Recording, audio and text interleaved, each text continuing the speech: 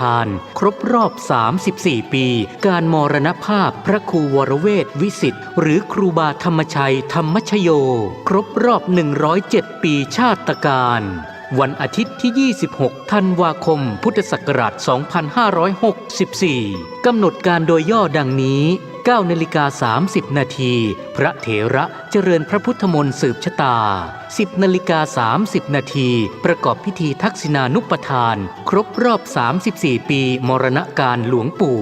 11 นาฬิกาถวายเครื่องไทยทานภัตตาหารเพลแด่พระสงฆ์ 12:30 นาทีมอบทุนการศึกษาให้นักเรียนจำนวน 100 ทุน ขอเชิญร่วมเป็นเจ้าภาพ 1. เครื่องไทยทานถวายแด่พระสงฆ์ชุดละ 1,500 บาท 2. เจ้าภาพทุนการศึกษาทุนละ 500 บาท 3. เจ้าภาพภัตตาหารโรงทานตามศรัทธา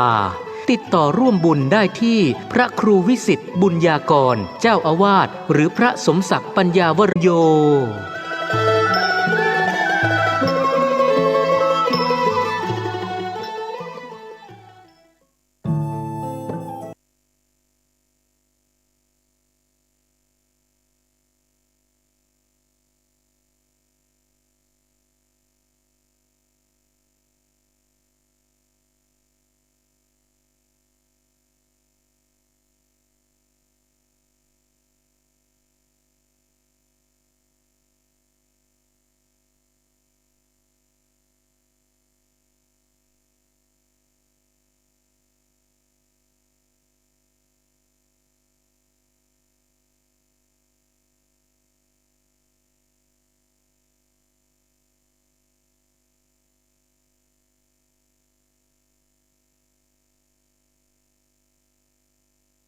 เพลินรักเธออยู่ได้